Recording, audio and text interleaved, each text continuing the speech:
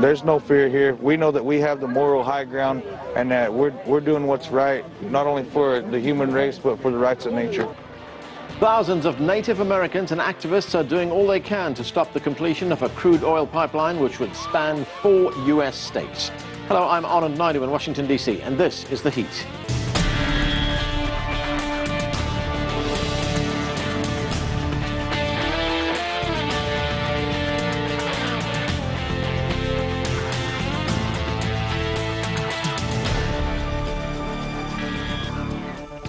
Native Americans and activists across the world are showing their solidarity with the Standing Rock Sioux tribe in the U.S. state of North Dakota. For months, thousands of indigenous people and activists have protested the construction of a crude oil pipeline known as the Dakota Access Pipeline. The $10 US project would move crude oil through the U.S. states of North Dakota, South Dakota, Iowa, and Illinois. Supporters say the pipeline could produce as much as 374 million gallons of gasoline a day, changing the landscape of the U.S. crude oil supply. Native Americans and environmentalists warn if completed, the pipeline endangers the primary water source for the Standing Rock Reservation. This is the Cannonball River, and this flows into the Missouri River, which is just over there. Pipes always break. It will break. And within about 10 minutes, it'll be to our freshwater intake for the tribe. Tribe leaders also say the construction and placement of the pipeline threatens ancient Native American graves. Joining us now from North Dakota via Skype is Tara Hersker. She's the U.S. National Campaigns Director of Honor the Earth, a citizen of the Couchiching First Nation and participating in the pipeline protests. Tara, thanks for joining us. Thank you for having me. The developer of this pipeline, Energy Transfer Partners, says, in its words, that it's mobilizing drilling equipment right now to drill under Lake Oahe. What do you know about this? The company Dakota Access has indicated that they will be proceeding with drilling under the river within the next few weeks. I find that very troubling, as they actually do not have a permit to drill under the Missouri River. The Department of Justice, Department of the Army, and Department of the Interior have all indicated now multiple times that they have suspended all the permits related to this project and are doing a review process. So they're proceeding in violation of the law. And as we've seen, the police force that's been so brutal towards Native American protesters, and as we call ourselves protectors, they are using the law as their backing to do these things, and now they're going to be operating entirely outside of the law. Right, you say the police have been very brutal against protesters. They're also the company is using a private security company. They are, and that private security company actually is the one that unleashed dogs on Native American men, women, and children when they skipped ahead over 20 miles in their construction plan to destroy sacred sites that had just been identified the day prior to the tribe. And when Native Americans ran up the hill to try and stop this from happening, that private security force released dogs that bit Native American men, women, and children. And there have been no charges filed, although the police are aware that that happened. Now, the protests against the pipeline have been going on since April. There's something like 2,000 people at camps in Cannonball, North Dakota. What are conditions there like? People are joined here in peaceful prayer, and they've come from all over the world at this point to stand with Standing Rock. There have been hundreds of indigenous nations that have come to lend their support. Because Native people are often disparately impacted by extractive industry, we know how this feels when it happens in our communities, and we know how it feels to see, a pipeline or a coal mine or a copper mine or whatever it happens to be right next to our communities, impacting our drinking water, impacting the human cost to our people. And so this has become kind of this moment where indigenous people are standing up for not only the environment, but they're standing up for their rights. North Dakota and many other states are used to running over indigenous people. They actually rerouted this pipeline from north of Bismarck, which is a largely white community, because of concerns to the drinking water, and they put it a half a mile north of the Standing Rock Sioux Reservation. So somehow it was okay to put it next to an Indian reservation, but it wasn't okay to put it next to a white community. It's a picture, a clear-cut example of environmental racism, and Native Americans are saying enough is enough. Now, what kind of response has there been to these protests? I know that you have gone to court, and the court rejected that appeal to stop construction. So what options are open to you now? There's several legal proceedings that are happening that have been ongoing, and the court has rejected the preliminary injunction appeal. However, the actual underlying court case against the Army Corps of Engineers to issue an environmental impact statement, that's one of the crazy parts of this whole project, is that they never did an environmental impact statement, which is a high-level review that would guarantee, that would look at what are the actual cumulative impacts of this project. What are the impacts to Native American sites, sacred places? What are the impacts to the drinking water? What are the impacts to the public health? What are the risks at issue? That was never done. And so there's a court case that's been proceeding all this time about that. And meanwhile, there's been this grassroots, mobilization that has drawn the attention of now the world, to say that this is not right. This should not be happening. This tribe has said, no, we don't want this pipeline going through our drinking water, yet the project has proceeded. That's not free and informed consent. That has, it's destroying places that can never be replaced. Sacred sites, once they're gone forever. And so it's not just, indigenous people. These are gone from the face of the earth. And so there's been this grassroots effort. There's also been, pressuring the president, pressuring Obama. He only has now 2 months left in office. And it looks like our next president is going to be one that doesn't even think climate change is real. That's a very serious issue, and one that our president that's still in office needs to address. Waiting several weeks to see it play out, which is what he said he's planning on doing, is not an answer, as we're actually being hurt by the police. Now, you are getting the support of a growing number of Hollywood celebrities, among them Mark Ruffalo. Let's take a listen to what he had to say. These are all human beings, just like everyone out there watching. And their livelihood, their families, their sacred places, their cemeteries are all being desecrated and attacked.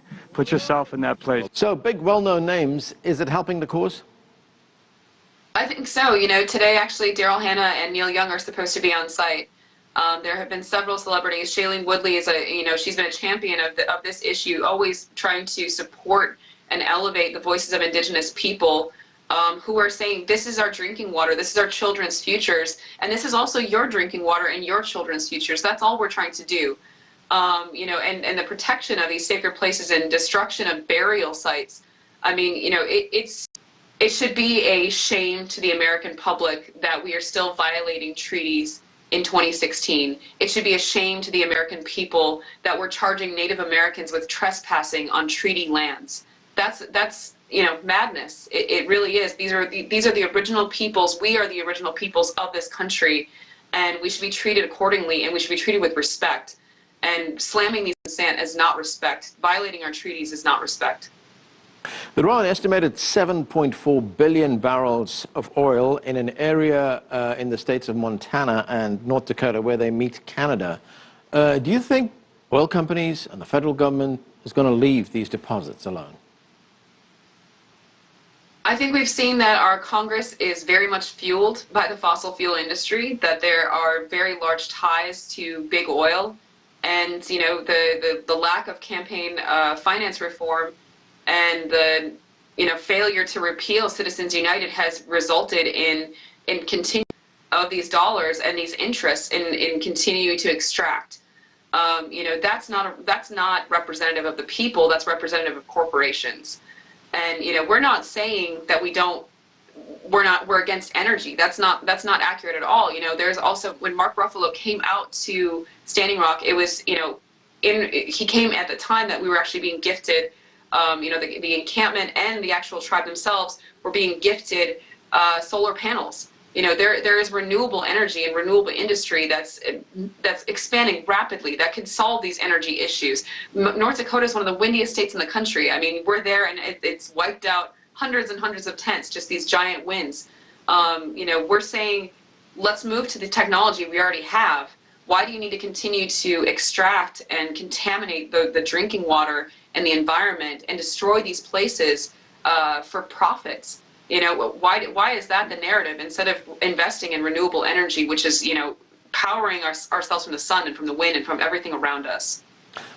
Okay, we're going to have to leave it there. Tara Husker, thanks for joining us. We are going to take a break right now. More of our conversation about the Dakota Access Pipeline right after that. Stay with us. You're watching The Heat.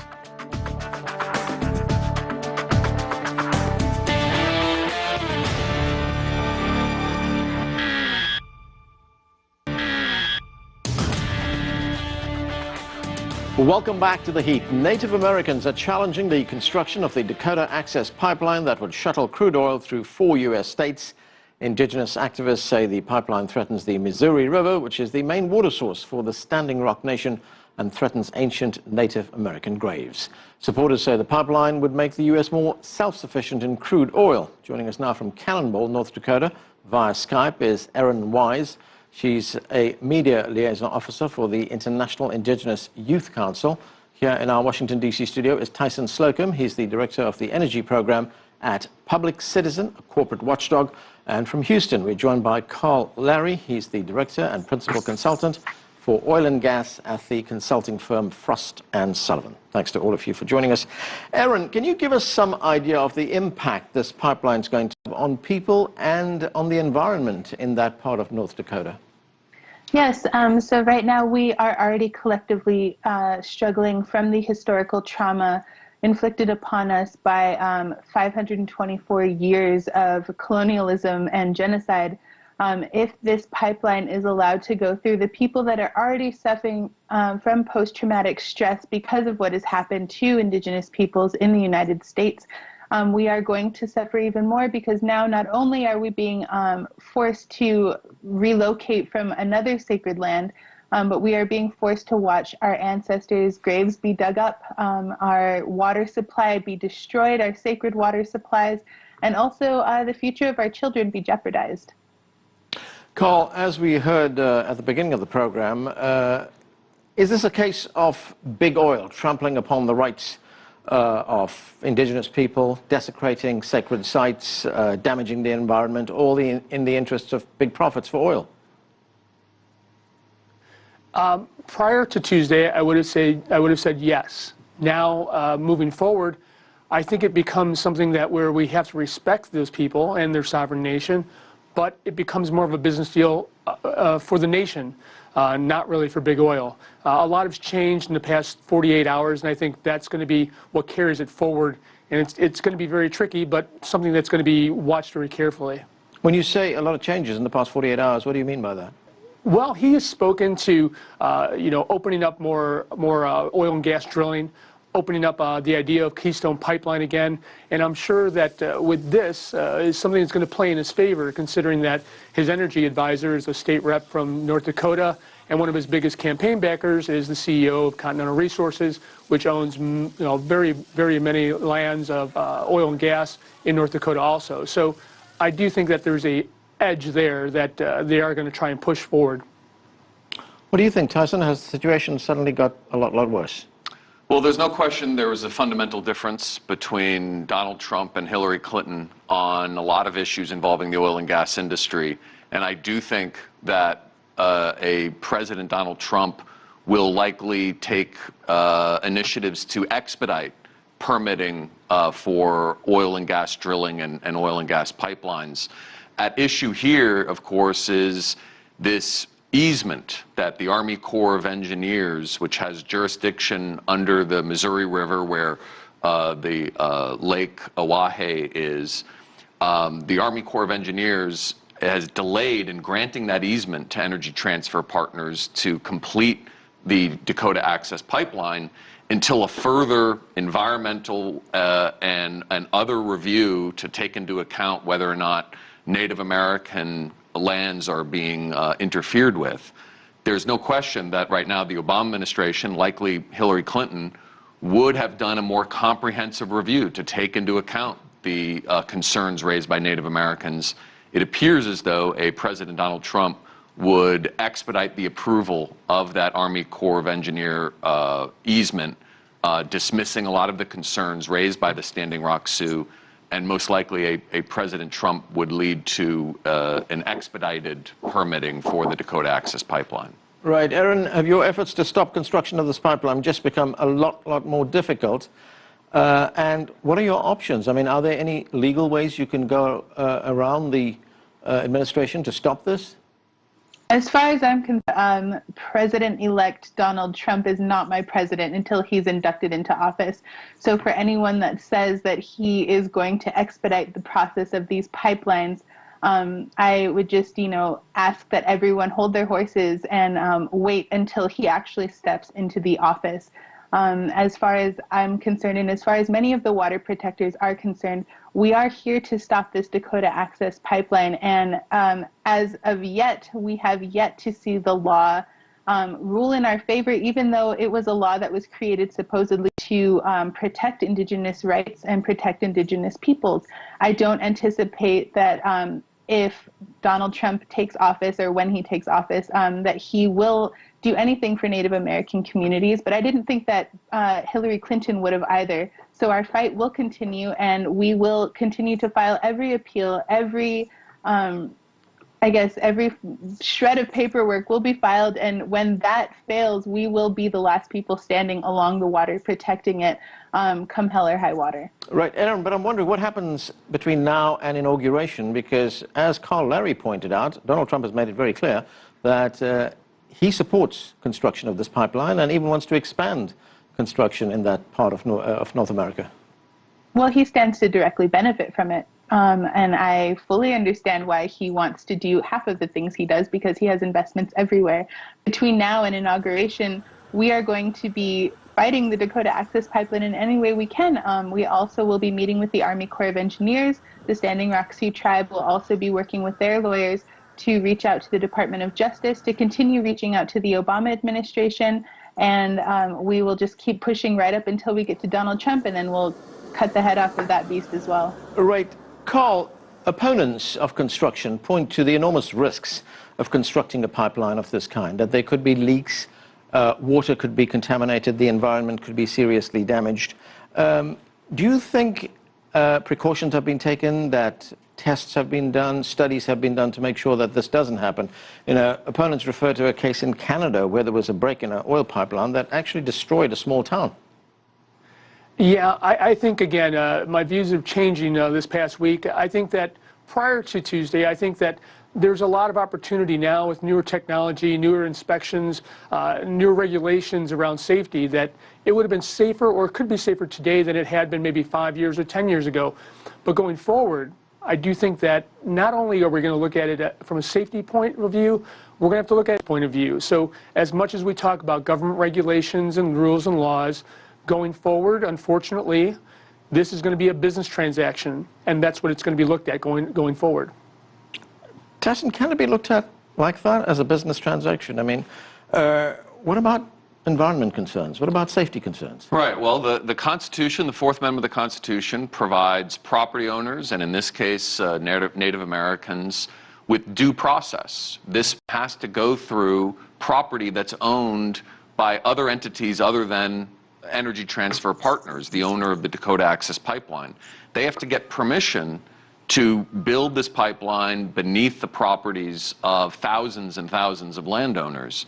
And those landowners are making very good cases that their rights are being disrespected. And it isn't just Native Americans. All over Iowa, where this pipeline is also cutting through, landowners have complained about sloppy work by Energy Transfer Partners and a number of their contract complaints with Iowa officials.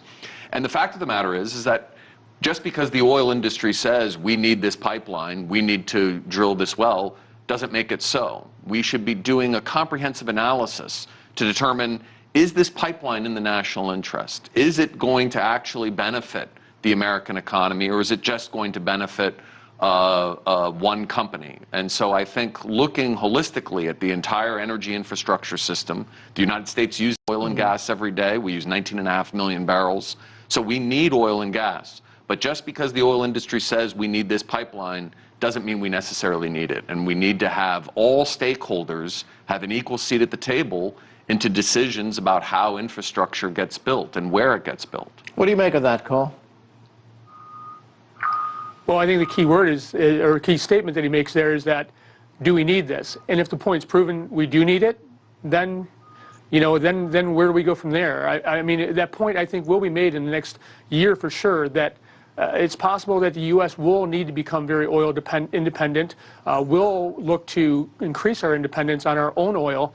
And once the majority of America really feels that way and sees this, then, you know, unfortunately, you know, we push, you know, the social agenda back. But again, it's like I said, if we need it. And I think that point is and can be proven. Well, Aaron, you heard that. The social agenda is going to be pushed back. It's what America needs. America thinks that it needs a lot of things that it doesn't need. And of course, somebody from the Oil and Gas Administration will say that America needs oil, but we have proven that there are alternatives for fossil fuels, better ways to not only protect our land and protect our resources, but to protect the people and future generations. I guess so that I don't really have anything to add other than we don't need anything. America doesn't need much, but we ask and we take a lot. Carl, I want you to take a listen to what one member of the Sioux of the Standing Rock tribe had to say about this. Let's watch. They've all felt this pain. They've all felt the misery that comes with big business and corporations invading our lands and taking the little bit of resources we have, whether that be water or whether that be timber or minerals. They've all felt that in their own homelands. So, Carl, what is your response to that? I mean, you obviously represent business, but doesn't that member of that tribe have a point there? Talks about pain. You know, absolutely he does, and they do. I think that if you look back, again, let's refer to this week, the majority of America voted for a president-elect who didn't win. So even though people have an idea about what they want or what they believe in, especially when it comes to a social agenda, sometimes it just doesn't work out that way. And unfortunately for that, I think that what you're looking at here is that not only do we have a big business that's in favor of this, now you have big government in favor of it too. And it's a tough battle to fight. And I think that the two forces that make this happen have now grown exponentially in the past few days, past few hours, that it's going to be just a hard battle to fight regardless of the morality of it all. Aaron, it looks right now like the solution or the help you're going to get is going to come from the courts. Is that the way it looks to you as well? The help that I would hope that we would get would come from the courts, but we haven't received much from them thus far. And so right now I believe that our hope and our help lies in the prayers that we are laying down, the prayers that we are offering up, and the spirit of our ancestors and our Creator that's going to help us. I think that there's a far greater battle that is being fought spiritually than one that is being fought physically, and I'm sure a lot of people will mock me for that. But I have faith in our prayers, and I think that we will win. I believe it with my whole heart. Let's look at it another way, Tyson. Is there a compromise to satisfy business interests, to satisfy environment interests, to satisfy the interests of the tribe involved? There is. As part of the Army Corps of Engineer review of whether or not they should grant this easement, consideration is being given to divert the original path of the pipeline away from this part of the Missouri River at Lake Oahe. So I think that there are feasible alternatives that we can find that would move this pipeline project away from the area that protesters have identified as infringing upon important cultural issues. It's also important to remember that the Republicans often talk about devolving power away from the federal government and allowing local folks to make more decisions. And this is a perfect example where you've got landowners, you've got Native Americans saying, this pipeline project is interfering with our sovereign territory, with our ownership rights, and we need to find a solution to move it to a place that we can all agree is a better alternative. And so I think that Republicans ought to be listening to people on the ground, especially when it comes to energy infrastructure siting issues. Carl, would the oil industry be open to that kind of compromise, that the pipeline be diverted so that it doesn't affect the environment like it would right now? I think if there's incentive to really develop U.S. oil, domestic in the near term, I think that making a diversion would be feasible economically even. You know, one thing we have to understand and not make light of here, but Donald Trump is a real estate person. So I think when you talk about diverting or moving lands or respecting lands, I think he might have a little bit of a acumen around that going forward. Like I said, it's going to be tough, but I definitely think that this can be economically feasible by moving it around. Right, Aaron. What's the bottom line here? Would you accept a compromise, or is it this pipeline has to go?